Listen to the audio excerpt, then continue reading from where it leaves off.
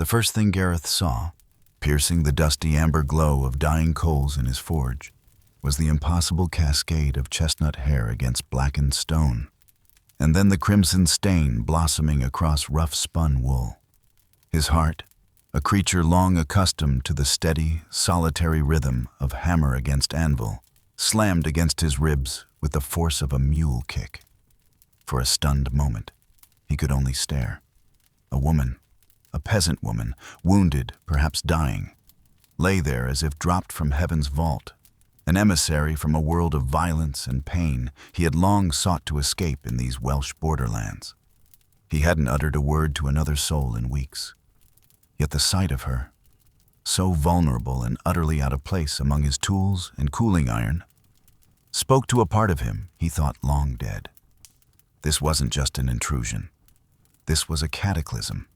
And his kindness, a reflex he couldn't suppress, was about to ignite the most perilous and profound chapter of his solitary life. The spark of an impossible love in a land that bred hardship far more often than hope. Gareth the Smith was a man etched by solitude and the harsh poetry of the Welsh borderlands. His days were a testament to ancient rhythms, stoking the forge before dawn, shaping iron into plowshares and horseshoes, mending the simple needs of scattered villages. The silence was broken only by the ring of his hammer, or the mournful sigh of wind through the stone walls of his cottage. Years ago, the laughter of his wife Martha and the bright chatter of his son Tim had filled these spaces. Now only echoes remained, ghosts conjured by the flicker of candlelight on long empty nights. The plague had taken them, leaving behind an ache so profound it had driven him to this remote valley, seeking a quiet buffer against a world that had dealt him its cruelest blow. He was competent, his hands calloused but sure, whether coaxing stubborn iron into graceful curves or sighting down the length of a crossbow bolt at a thieving wolf. His movements were economical, his words few. He'd almost forgotten the sound of his own voice, save for gruff commands to his draft horse Magnus or muttered curses at the unforgiving stone and metal. Yet beneath the weathered exterior and the wall of deliberate isolation, a deep well of loneliness resided, a quiet yearning he rarely acknowledged. He knew the land, its moods, its dangers. His eyes, often distant, missed little.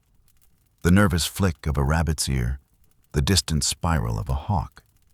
Subtle signs that spoke a language older than words.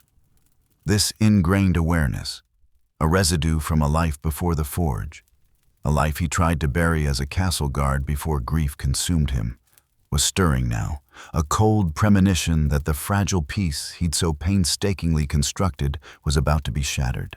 The land itself, beautiful in its desolation, was a mirror to his own guarded heart.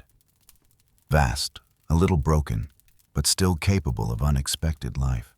He moved toward the forge with careful steps, his shadow stretching long in the afternoon light. The woman lay utterly still. He knelt, the scent of ash, dust, and the metallic tang of blood filling his nostrils. Her face, even pale and etched with pain, held a fierce, wild beauty that caught at his breath. Her chest rose and fell in shallow, ragged gasps. A crudely tied bandage on her arm was soaked through, and a darker stain spread ominously across her side. An arrow wound, no doubt. He reached out a tentative hand, his fingers brushing her forehead. She was burning with fever. Her eyelids fluttered open, dark eyes unfocused at first, then sharpening with a primal terror that made him recoil slightly. They were the eyes of a cornered doe, expecting only the hunter's killing blow. In that moment, all thought of the risk and the trouble she would undoubtedly bring vanished. He saw only her desperate fight for life and a profound, inexplicable urge to shield that flicker from the encroaching darkness. This went beyond mere duty. It was a pull, visceral and immediate. He couldn't leave her here to die in his forge. He just couldn't. With a gentleness that would have surprised anyone who knew his reputation for gruff solitude, Gareth lifted the woman into his arms. She was lighter than he expected, a fragile weight against his chest. He laid her on his own narrow cot, the rough blankets suddenly seeming inadequate. The cottage, his Spartan sanctuary, felt instantly transformed by her presence, charged with an urgent feminine energy it hadn't known in years. Her skin was like fire. He worked with a methodical focus that masked the storm of emotions inside him. Water boiled over the hearth, the sharp scent of healing herbs filling the air as he cleaned the angry, festering wound in her side. The careful way he tore strips from his own worn but clean tunic for bandages. Each touch was hesitant, yet firm. He saw the marks of a brutal struggle on her arms, old bruises mixing with new. This woman had fought hard. She drifted in and out of consciousness, murmuring in her own tongue words of pain and fear, sometimes lashing out weakly. He'd soothe her with low, meaningless sounds, much as he would have soothed a frightened colt. He forced sips of water between her cracked lips, later thin broth. For days, this became his world. Her labored breathing, the heat of her fever, the constant vigilance. He found himself watching the rise and fall of her chest, a strange tightness in his own. He'd almost forgotten what it felt like to care this intensely for another living soul. His crossbow, usually a tool for hunting game, became a companion, always within reach. The solitude he'd once cherished now felt like a vulnerability. She was hunted, and by helping her, he had painted a target on his own back. A forgotten part of him, the part that knew how to watch, how to listen, how to anticipate danger, began to awaken, shaking off the dust of disuse. The fever broke like a summer storm, sudden and fierce, leaving her weak but lucid. Her dark eyes, no longer clouded by delirium, followed his every move with an unnerving intensity. They were wary, assessing, but the raw terror had receded. He continued his care, offering her small portions of rabbit stew and fresh water from the creek. He spoke little, unsure what to say or what she might understand of the Norman tongue. One morning, as sunlight streamed through the cottage's single window, her voice, raspy from illness, whispered a single word. Morwen. A name. It felt like a gift, a fragile bridge across a vast chasm of culture and experience. He nodded slowly, repeating it with careful pronunciation. A small smile fleeting as a hummingbird's wing touched her lips. He found himself noticing things. The way her chestnut hair, now cleaner, caught the light. The proud, unbent line of her profile. Even in sickness, the fierce intelligence that shone in her eyes. He started leaving small things by her bedside. A perfect raven feather he found, a curiously shaped river stone, a handful of late-season blackberries. He expected nothing, but one day he saw her holding the feather, turning it over and over in her slender fingers. A thoughtful, distant look on her face. He felt an unexpected warmth spread through him. But the fragile piece was an illusion. He found tracks, shod horses, riders who knew how to move without leaving much sign, on the ridge overlooking his valley. They hadn't approached the cottage, but their presence was a cold promise. They were looking. His vigilance increased. He oiled his crossbow and checked his bolts. He found himself scanning the horizon constantly, his senses on a knife's edge. Morwen, too, seemed to feel the shift. She'd watch him, her gaze holding a silent question, a shared understanding of the encroaching threat. The quiet forge had become a silent battlefield, and they, its unlikely defenders. He found himself thinking less of Martha and Tim. That sharp, immediate pain softened by Morwen's desperate present, which demanded his complete focus and stirred something in him that was not quite grief, but a fierce protective fire. The knock on the door, when it came, was sharp and imperative, cutting through the midday stillness like a sword stroke. Morwen, who had been sitting by the hearth stitching a tear in her dress with surprising skill, went rigid. Her head snapped up, eyes wide, the needle falling from her fingers. He saw the terror flare in them, raw and immediate. Gareth put a finger to his lips, then gestured urgently toward the curtained alcove where she slept. She vanished behind it like a shadow. He took a slow breath, picked up his crossbow, its familiar weight a grim comfort, and opened the door a crack. Sunlight glinted off 5 mounted men, their horses restless. The leader, a tall man with cold, pale eyes and a neatly trimmed beard that failed to soften his predatory features, was Lord Aldrich de Vere. He wore fine mail beneath a rich cloak, but there was no nobility in his gaze, only a chilling calculation. Aldrich's voice was smooth, like a river stone polished by 1,000 lies. "Good day, Smith. We're searching for a peasant woman, a dangerous fugitive who has caused a great deal of trouble." Gareth leaned against the door jamb, his face unreadable. "Haven't seen any fugitives. Just me and my work. Been quiet here." Aldrich's smile was a wolf's grin. "This one is wounded. Couldn't have gotten far." His eyes flicked past Gareth, trying to pierce the cottage's gloom, lingering on the forge behind him.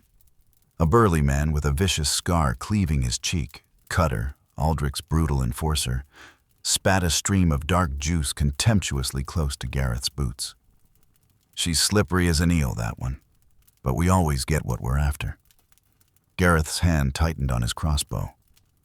"This is my land, and I said I haven't seen her." Aldrich's voice dropped, taking on a silken menace. "A man alone out here, it's a hard life. Easy for things to go wrong, or for a man to simply disappear." He let the threat hang in the air. "We'll just have a look around your property. Won't take long." Gareth's eyes were like chips of flint. "Look all you want, but you stay out of my cottage and my forge." Aldrich gave a curt nod, a flicker of something unreadable in his eyes. "As you wish, Smith. For now." They rode off, fanning out to conduct their search, cursory but insulting. Gareth watched them go, a cold fury coiling in his gut. He knew this wasn't over. A few days later, his fears were confirmed. Acrid smoke drifted on the wind, leading him to his storage shed. His precious winter grain supplies were a blackened, smoking ruin. A message, a warning. They suspected, or they were simply showing their power. That night, Morwen spoke, her Norman French halting, but her meaning clear. "They hunt me for what I carry. They killed my family for ancient secrets." Her eyes, when she looked at him, were filled not just with grief, but with a desperate plea for something she dared not name. Gareth felt his resolve harden into something akin to iron. He wouldn't let them take her. He wouldn't let them win. This was his line in the dust. The sacred trust. The burned grain shed was a daily, smoking reminder of Aldrich's ruthlessness. Gareth worked tirelessly, clearing wider defensive ground around his property and reinforcing the cottage walls with additional stone. His body ached from the constant labor, but his mind was sharp, focused. Morwen's strength was returning in surprising measure. She worked beside him, hauling water and stones, her movements growing more fluid, her gaze steady. There was a quiet dignity about her, an unbroken spirit that Gareth found himself admiring more each day. They spoke little during their preparations, but a new understanding flowed between them, born of shared purpose and looming danger. One evening, with the scent of wood smoke and distant pines filling the air, Morwen finally told him her story. She sat by the hearth, the firelight dancing in her dark eyes, painting shadows on her high cheekbones. "Aldrich," she began, her voice low but steady, "he is not a true lord. He is a creature who feeds on pain. He came to my village not for justice, but for greed. My grandfather. He was a keeper of wisdom, the guardian of the path to the sunken monastery, a sacred place of healing and life for our people. Aldrich believes it holds treasure beyond counting. She described the brutal attack, the torture of her grandfather, his refusal to betray their sacred trust even as his life ebbed away. She had escaped wounded, carrying not a map drawn on hide, but the intricate knowledge of the monastery burned into her memory, and a small sacred amulet, all that was left of her heritage. As he listened, Gareth felt a cold rage, familiar and unwelcome, rise within him. He'd seen this before. This same insatiable greed, this casual cruelty. In his days as a castle guard, he'd witnessed a similar atrocity, a village wiped out for resisting encroachment. The memory, the shame of his own helplessness then, had been a bitter poison in his soul for years. It was why he'd sought this isolation, to escape the savagery of men, and now it had found him. It had found Morwen. He looked at her, at the courage that blazed in her eyes, the resilience that straightened her spine despite her ordeal. This was more than just protecting a fugitive now. This was a reckoning. The quiet smith, the man who had tried to erase his past, felt the hardened guard within him stir, shake off the rust, and stand tall. The skills, the instincts, the cold fire needed for survival, they were all there, waiting. "He won't find it," Gareth said, his voice rough with an emotion he couldn't name. "And he won't take you."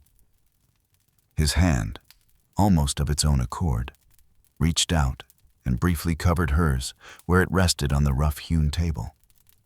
A spark, unexpected and potent, seemed to pass between them. Her eyes widened slightly, a flicker of surprise, then something softer, deeper. The touch was brief, but it changed the air in the small cottage, charging it with a new, unspoken intimacy. The lonely forge was about to become a fortress, not just of logs and stone, but of two spirits bound by fate and the courage they hadn't known they possessed. They knew Aldrich's return was not a matter of if, but when. His pride wouldn't allow him to be thwarted. His greed would claw at him until he possessed what he sought.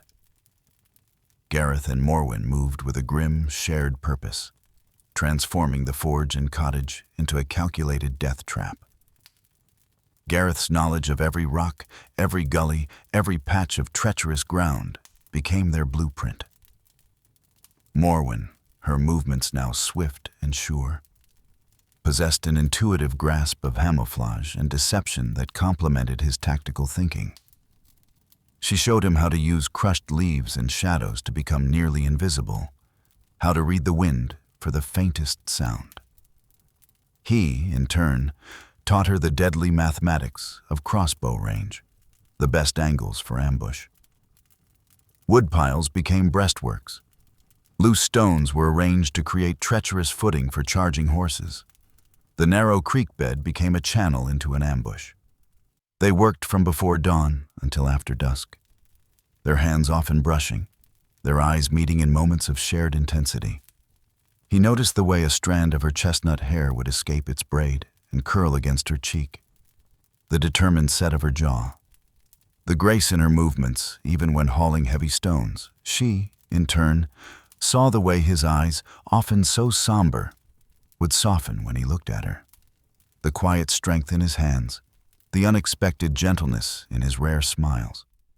The tension was a living thing, coiling tighter with each passing hour, built not just from the approaching danger, but from the growing awareness between them. The pull of two souls finding each other in the midst of peril. Their conversations grew longer in the evenings, sitting by the fire after their work was done.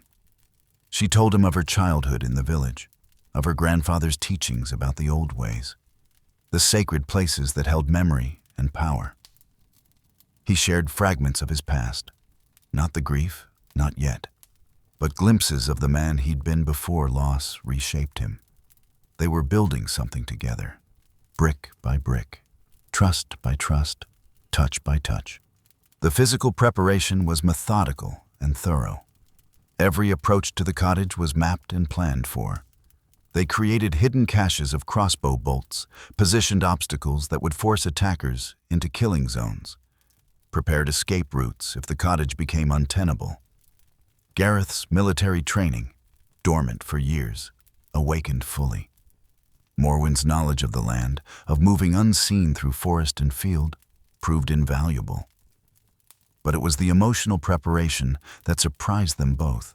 The growing certainty that they would stand together, that neither would abandon the other, regardless of the cost. They didn't speak of it directly. Such words seemed too fragile for the harsh realities they faced. But it lived in every glance, every shared moment of planning, every instinctive move to protect the other. Then, as the first gray light of dawn bled into the sky, Morwen's hand fell on Gareth's shoulder. He was instantly awake, his senses sharp despite having slept only lightly. "They come," she whispered, her breath warm against his ear. Her eyes were fixed on a distant plume of dust, a deadly serpent uncoiling across the plains toward their valley. Aldrich rode with a dozen men this time, Cutter at his flank, their faces set in grim anticipation. They advanced with an arrogant confidence, expecting to crush any resistance with sheer numbers. They saw a lone smith, a single cottage. They saw an easy victory. They saw nothing of the steel in Gareth's heart or the fire in Morwen's spirit. The first crossbow bolt echoed not from the cottage but from a rocky outcrop Gareth had chosen days before. One of Aldrich's point men pitched from his saddle, clutching his shoulder and crying out. Chaos erupted among the mounted men. Gareth fired again, his second shot finding another mark. Cutter, bellowing curses, drove his men toward the cottage, directly into the trap they had so carefully prepared. As they thundered closer, Morwen rose from the shadows of the forge. Bow in hand, arrow nocked. The bowstring sang its deadly song, and a rider screamed and fell, the arrow buried deep in his chest. She was a whirlwind of lethal grace, arrow after arrow finding its mark, her face a mask of focused fury. She was not just fighting for her life, she was fighting for her ancestors, for her sacred trust, for the quiet man who had shown her such unexpected kindness. Gareth moved like a ghost through the prepared positions, firing, reloading, shifting locations, his old skills returning in a terrifying ballet of destruction. He saw Cutter dismounted, trying to rally his terrified and confused men. Gareth's crossbow bucked against his shoulder. His bolt took Cutter's center mass. The brutal enforcer fell and did not move again. Aldrich, his face contorted with rage and disbelief, charged his destrier directly at Gareth, who now stood exposed near the cottage door. "You will pay for this with your blood, Smith!" Aldrich roared, leveling his own crossbow. But as he fired, Morwen's warning cry cut through the air. An arrow hissed past Gareth's head, striking Aldrich's crossbow arm with precision born of desperate love. The Lord's shot went wide, embedding itself harmlessly in the cottage wall. Gareth didn't hesitate. His crossbow was already reloaded, trained on the mounted figure. The bolt flew true, taking Aldrich center mass. The false lord stiffened, a look of utter shock replacing the rage on his aristocratic features, then slowly toppled from his horse, landing in the dust with a sickening thud. The remaining attackers, leaderless and terrified by the fierce resistance they had encountered, scattered like startled quail, fleeing the valley that had become their graveyard. Silence, heavy and profound, descended over the battlefield, broken only by the ragged gasps of Gareth and Morwen and the pounding of their own hearts. He looked at her, chest heaving, bow still gripped in her hands, her eyes blazing with fierce satisfaction and relief. In that moment, she was the most beautiful, formidable woman he had ever seen. He crossed the space between them with quick strides, his gaze locking with hers. The unspoken truth hung heavy in the air between them, more powerful than any words they could have uttered. The aftermath was grim but necessary. The sun climbed higher, casting harsh light on the cost of their survival. Together, Gareth and Morwen tended to the fallen, a somber duty performed in near silence. They dragged the bodies of Aldrich and his men far from the cottage and forge, burying them in a distant field where their violence could not stain the peace they had fought so hard to preserve. Later, near the creek where the water ran clear and cold, Morwen built a small shrine from river stones. Upon it, she placed her grandfather's sacred amulet, the last tangible link to her murdered family and destroyed village. As smoke from sweet herbs curled toward the vast sky, she sang, her voice clear and strong, a song of mourning, of remembrance, of resilience that would not be broken. The melody was ancient, carrying the weight of generations, and though Gareth couldn't understand the words, he felt their power. He stood beside her, no longer as an outsider, but as a participant in her grief, her strength, her hope for the future. He felt a profound shift within himself. The walls around his heart, so carefully maintained for years of solitude, crumbled to dust. The immediate danger had passed. The hidden monastery remained inviolate, its secrets safe from greedy hands. But everything else had changed beyond recognition. Gareth the smith, the solitary man haunted by loss, was alone no more. He looked at Morwen, her profile serene now against the backdrop of the setting sun, and marveled at the transformation.